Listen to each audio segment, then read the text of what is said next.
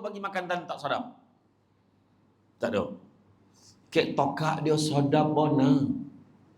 Ataupun mungkin caterer tu masa testing itu sedap bona. Time hari kejadian bagi orang lain masak. Mungkin. Mana kita tahu? Kan?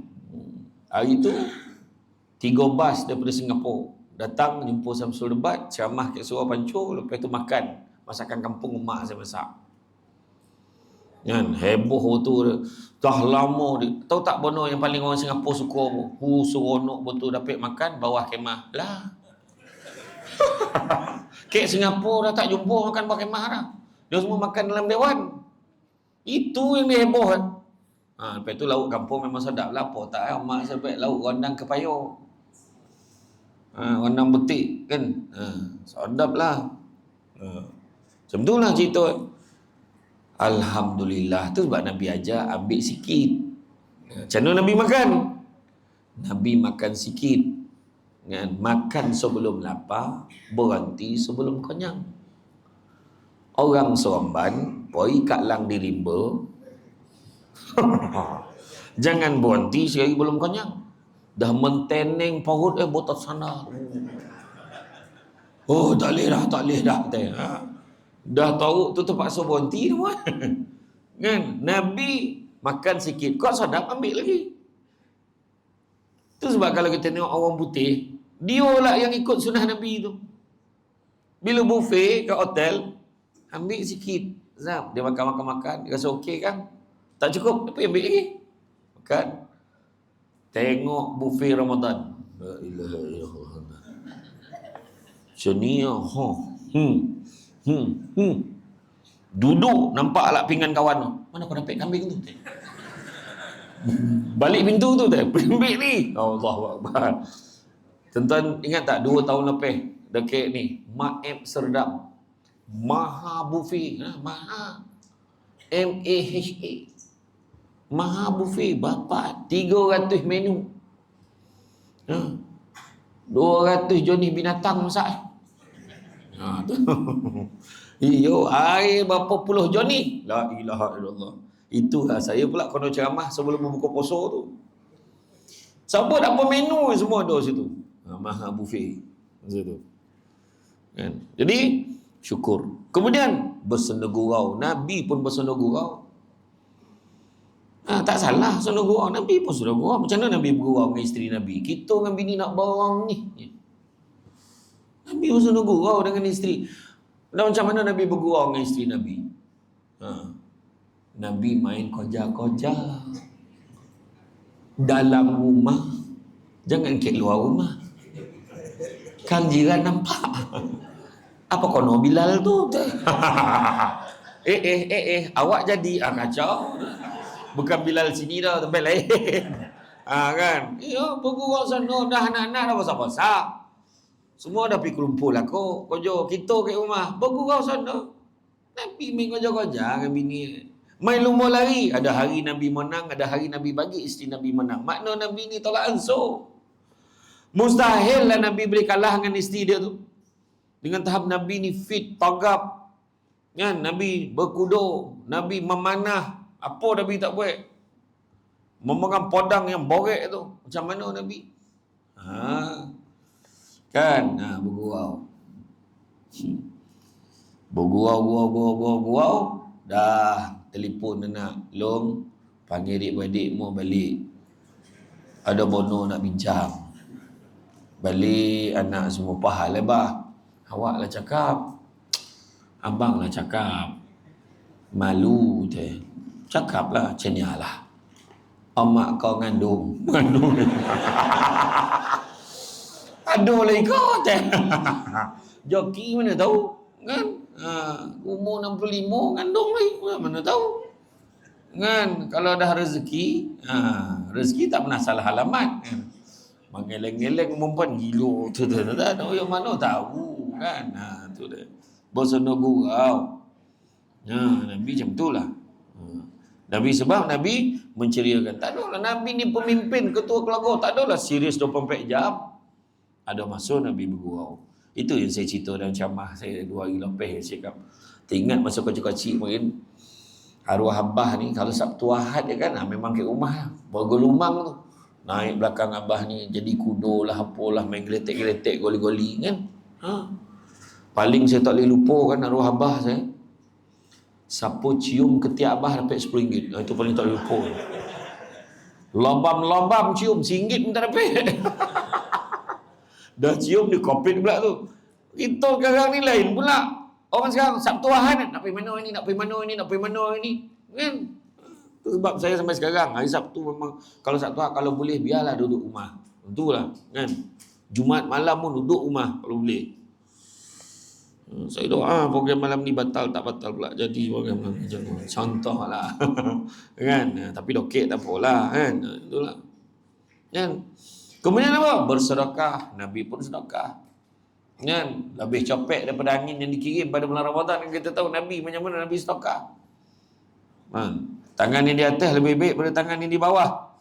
Begitu juga yang keenam, kalau kita tengok silaturahim. Nabi ni terus tautkan silaturahim. Nabi suruh baik selagi mana dia Islam, selagi mana dia mengamalkan Islam, Nabi suruh baik. Yang lain Nabi tak ajar, kau jangan baik dengan dia ni geng ketua kampung nama, Nabi tak ajar. Kau jangan baik dengan dia ni geng belah sanun, Nabi tak ajar. Tu sebab pilihan raya lah ngundi pangkah. Dah, itu hak masing-masing.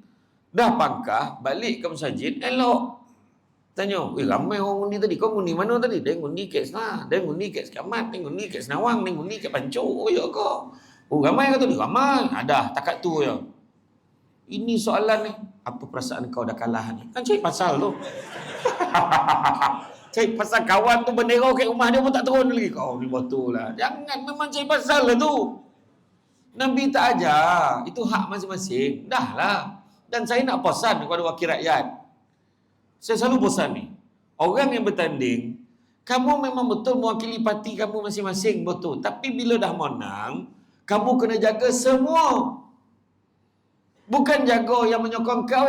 Saya tak boleh nak tolong Taman terus sebab Taman tu bagi saya kalah tu. Yang tak pandai tu. Kena jaga semua.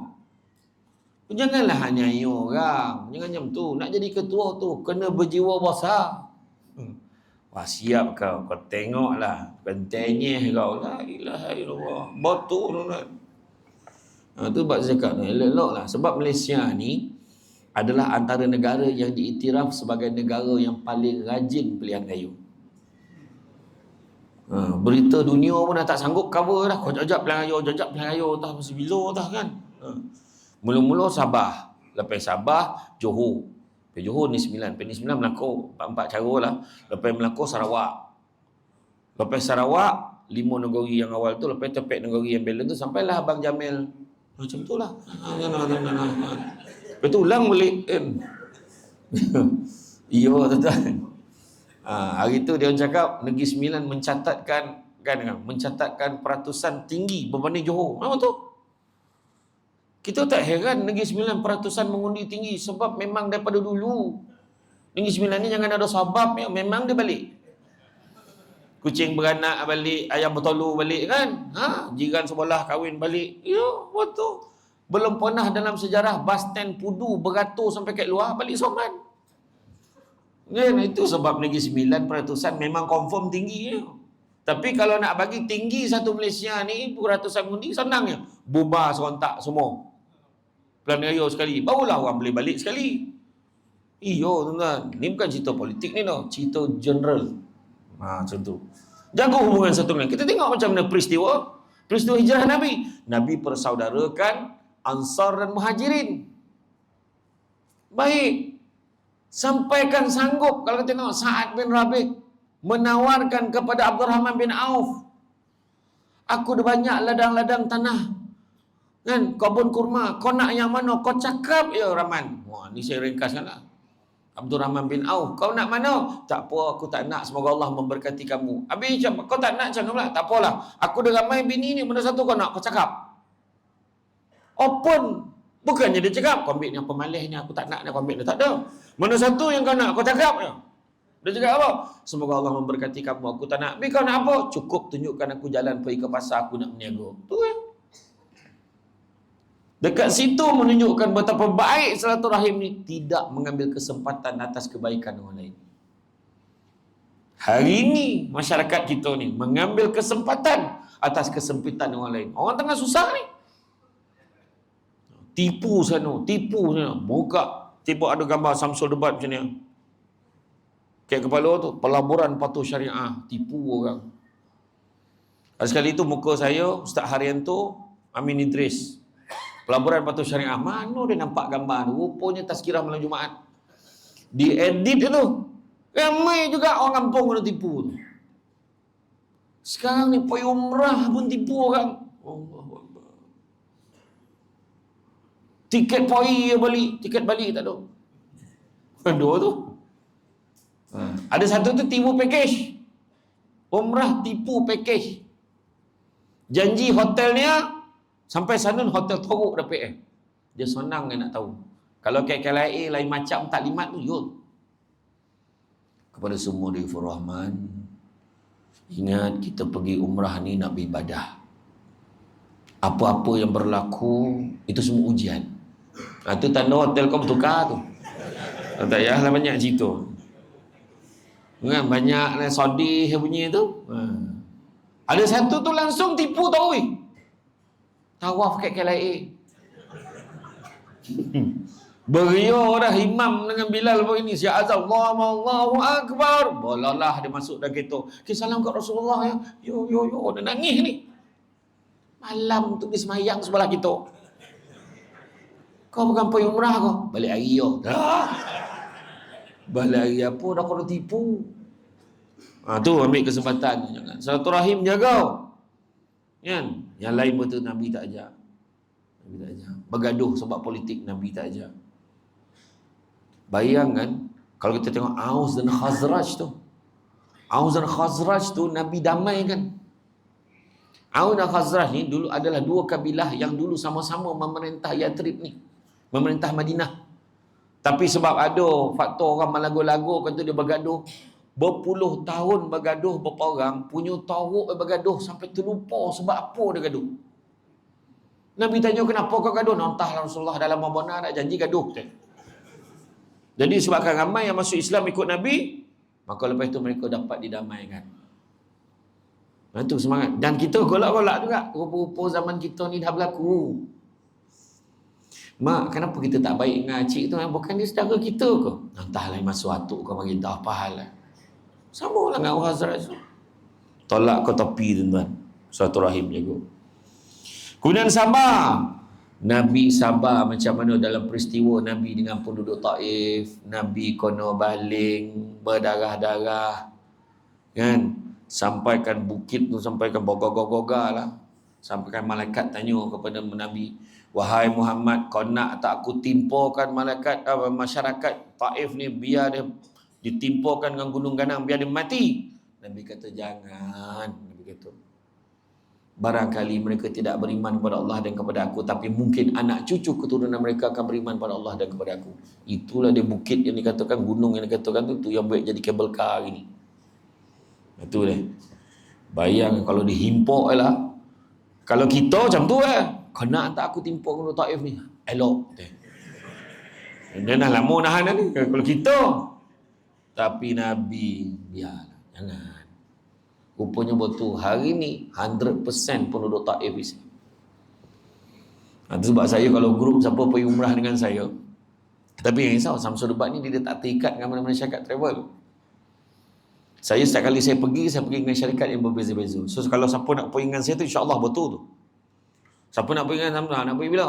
Bulan 9. Bulan 9 saya pergi dengan syarikatnya. Pergi tanya syarikat tu. Macam tu.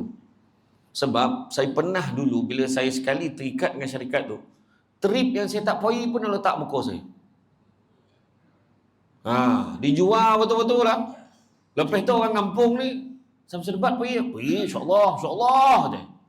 Seminggu sebelum Samsul Debat last minute tarik diri. Dah saya penuh. Jadualnya penuh. Wah memang tak pergi pun. Tu yang saya tak nak tu. Jadi siapa nak pergi tu tanya. Jadi pejabat saya okey senyap. Pejabat saya mana haid ni. Kan? Itu sebab saya pergi bulan 8 pergi dengan syarikat lain, bulan 9 pergi dengan syarikat lain, bulan 10 syarikat lain kan. Tapi tahun ni saya tak pergi lagi. Sebab lepas pada tahun lepas tu, lepas adik saya meninggal tu, masa tu saya kat Madinah, saya balik ngam-ngam adik saya meninggal tu. Masa tu saya rehat dulu, bagi relax dulu, kan. Itulah tuan-tuan, sabar. Orang baling batu, Nabi tak ada tu. Kalau sampaikan bertakunglah dalam sepatu Nabi ni, kasut Nabi ni, darah Nabi, bayangkanlah, kan. Kemudian bab salat, Nabi suruh jaga salat. Sayang, apa yang Nabi sayang, kita sayang. Nabi sayang anak yatim, kita sayang anak yatim. Barang siapa nak dilembutkan hatinya, banyak kala menggosok-gosok kepala anak yatim dan memberi makan fakir miskin. Itulah. Anak yatim ni pastikan yang umur 15 tahun ke bawah. Saya kat rumah tu hari-hari bagi makan anak yatim, Ustaz. Siapa? Laki saya. Itulah tua dah tu. Kan? Macam itulah. Kemudian Nabi macam mana? Nabi suci dan bersih. Sejuk mata memandang, kemas. Itu Nabi. Jadi, tuan-tuan dan puan-puan dan rahmati Allah sekalian, maka dalam bab tajuk kita hari ni, menyantuni ummah dengan akhlak Rasulullah SAW. Baru start tajuk ni. Tadi tu mukadimah tu. Ummah lama batu mukadimah kan. Jadi menyantuni ummah ni maksudnya melayani, membimbing, membantu, berinteraksi dengan masyarakat dengan cara penuh kasih sayang, hikmah, hormat dan juga berasaskan akhlak mulia yang telah ditunjukkan oleh Rasulullah SAW yang saya kongsikan tadi. Kita amalkan, bawa dalam masyarakat. Itulah cara dia. Firman Allah SWT, maka dengan sebab rahmat daripada Allah, engkau wahai Muhammad berlaku lemah lembut terhadap mereka. Kena engkau bersikap keras lagi berhati kasar, nescaya mereka akan lari dari sekelilingmu. Surah Ali Imran ayat 159. Lemah lembut lah, jangan gaduh-gaduh, relax, sabar, tenang-tenang yo. Betul tak? Jadi orang perempuan berhentilah bercakap. Eden ni mulut dia jahat, hati baik, tak ada mana tu. Kalau hati baik, mulut pun kena baik. Macam itulah. Sabda Rasulullah SAW, sesungguhnya aku diutuskan untuk menyempurnakan akhlak. Ya? Hadis riwayat Ahmad. Jadi, menyantuni ini bermula dengan akhlak yang mulia, lemah lembut dalam tutur kata. Satu. Ini cara kita menyantuni umat ni. Kemudian menghormati tanpa mengira usia, bangsa dan kedudukan. Macam tu. Hormat semua. Kan? Tak kira dia siapa, macam dalam sajid ni kan. Semua latar belakang ni, semua ni ada ni. Walaupun dah ada yang dah berusia, tapi latar belakang ni bukan biasa-biasa. Ini wakil pegawai ni. Ini marin DO ni. Ni marin Datuk Bandar ni. Ni marin ada latar belakang masing-masing. Kan? Hormat. Ada pengalaman dia. Boleh kita bincang. Ada tak pandangan macam mana tu? Datuknya pandangan macam mana boleh macam ni. Oh boleh macam tu. Kalau ikut masa saya kerja dulu boleh. Cuba tanya oleh. Macam tu. Kan? Kepada pesara-pesara, samalah dengan saya. Saya pun dah masuk dalam persatuan pesara. Saya option awal. Januari 2018 saya bersara. Masa tu saya dah start ceramah, jawatan saya pengarah undang dan penguatkuasaan. Sampai satu tahap saya dah tak tahu mana satu part time. Macam berceramah tu pula yang utama, jadi pengarah tu pula part time. Masa saya jadi pengarah undang nilai makin paling poning, undang tahu tak cerita apa? Lain benda haid ni lah. Ada satu kes berkaraoke kat Jalan Nur, bising memakak kat Lavender. Kan dua kawasan berbeza tu. Poning pula tuan-tuan. Dia menyanyi pukul 11, time orang nak tidur. Waktu chorus tu tak tahan tu. Saudara maru pun tak sanggup dengar. Ni kan pula orang yang tak ada kono-kono. Sampai tercangak lah, arwah Tok Sahak pun datang. Saya ingat bawah tu kawasan nilai, atas ni kawasan Somban. Saya pun salah seorang yang terbabit yang buat Kota Kojo nak combine dengan Somban dengan nilai tu. Tangguh. Sebab dalam Malaysia ni kebanyakan PBT pocah lagi tu. Mana ada combine? Somban yang combine. kan? Lagi besar pula kawasan kan. Tu baru patut buat persimpanan semula tu. Kemudian menjaga adab walau berbeza pandangan. Pandangan saya macam ni, tak apalah, tapi kalau pandangan saya lah, boleh tak kalau macam ni? Tak ada masalah. Bincang elok-elok. Kan? Mengutamakan kasih sayang daripada kebencian. Memaafkan kesalahan orang lain. Tu dia. Menjadi pembawa rahmat pada semua, bantu tanpa mengharapkan balasan. Ringan tulang, membantu yang memerlukan. Prihatin terhadap fakir miskin.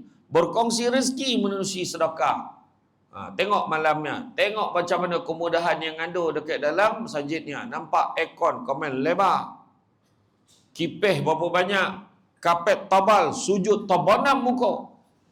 Ni semua memerlukan kepada penyelenggaraan. Memerlukan kepada maintenance. So, nampak tabung, jangan sonyong.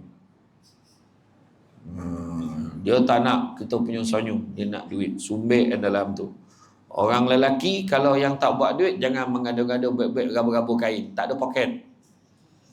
Sekarang boleh QR. Sap, tembak bagi berapa. Kan? Main-main. Nampak macam ni masjid ni. Panggil Samsul Debat. Bukan biasa-biasa. Ayat dia kan. Kan. Orang perempuan, kau tak buat duit, tak apa. Lurutkan golang rantai mana yang ada tu, masuk dalam bokeh tu.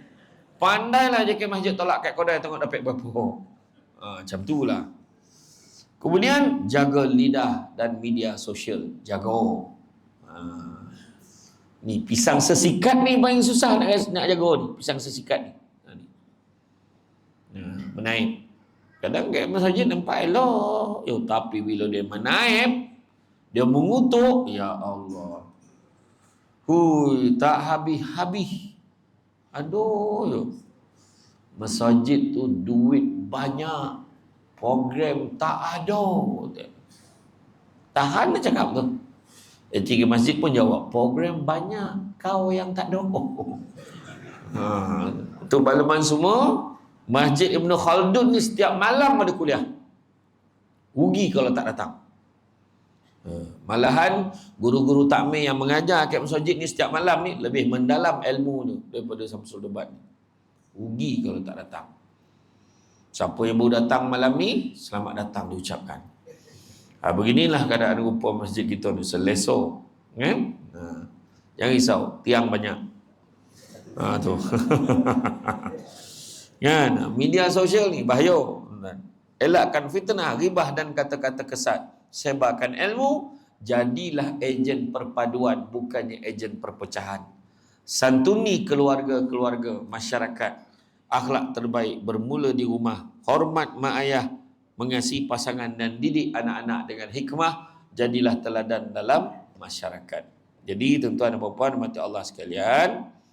Jadi makna kata kita ni pada hari ni kan, dapatlah ambil kesimpulan akhlak Nabi ni tetaplah yang terbaik.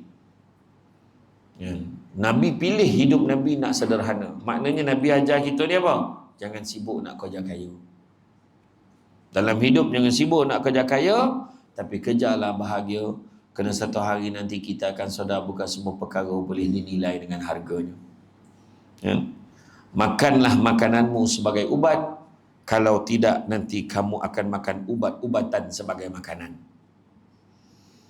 Terlampau banyak. Makan ni ada khasiatnya. Ubek. Kalau tak nak jaga, satu hari nanti ubek akan jadi makanan. Berpada-padalah dalam hidup kita ni. Nabi ajar kita jangan melampau-lampau dalam apa jual perkara. Banyak sekali perbezaan antara manusia dan juga menjadi manusia. Akhlak yang lebih baik, akhlak yang baik adalah dengan bercakap dengan baik, insya-Allah. Dan dakwah yang paling berkesan adalah melalui contoh teladan. Ummah yang berakhlak Rasulullah sallallahu alaihi wasallam akan melahirkan masyarakat yang harmoni, bersatu dan diberkati oleh Allah Subhanahu wa taala. Akhlak Rasulullah bukan sekadar untuk dikagumi, tapi untuk dicontohi. Bila kita menyantuni manusia dengan kasih sayang, kita sebenarnya sedang menyebarkan rahmat Islam dan juga mendekatkan hati manusia kepada Allah Subhanahu wa taala. Jadi Cukuplah sekadar itu tuan-tuan dan puan-puan rahmati Allah sekalian, sebab saya adalah antara penceramah dalam Malaysia yang sangat memahami kehendak audiens saya. Saya tahu masa bila saya patut berhenti. Kalau dah bergalih-galih tempat duduk tu, kalau kaki kau jak lurus, kau jak bengkok, kau jak berlipit, saya faham tu tuan-tuan. Dan dia bergalih tu waktu saya pandang dia, pandai dia. Jadi bahayalah kalau saya nak tauhidkan ceramah saya. Jadi tentang yang lagi ompek tu pandai-pandailah JK Masjid nak tentukan bila nak panggil saya ceramah lagi. Kalau nak copek, tak nak berebut, ambil kuliah subuh. Tu tak berebut. InsyaAllah. Jadi, bak kata orang jarum patah di dalam poti baik menjahit kain bertimbun. Nasihat sepatah ada kalanya suka dimengerti. Kan? Rupanya penawar bertahun-tahun. Kita tengok macam Nabi, kita nampak orang baik betul dia kan. Tolong orang tua tu melintih jalan baik betul. Jangan risau, Nabi lagi baik. Baik betul dia layan bini kan. Jangan risau, Nabi lagi baik pada tu. Akhlak Nabi tetap yang terbaik. Cantik dipandang rumah penghulu, kaitu ukir dari papan. Alang-alang menuntut ilmu, sebutir pasir kembangkanlah menjadi intan. Tanang-tanang di laut, sampan kolik beri ke tanjung, hati tak kanang mulut menyebut, jasa baik pihak masjid hari ini menjemput, rasa nak junjung. Itu saja daripada saya.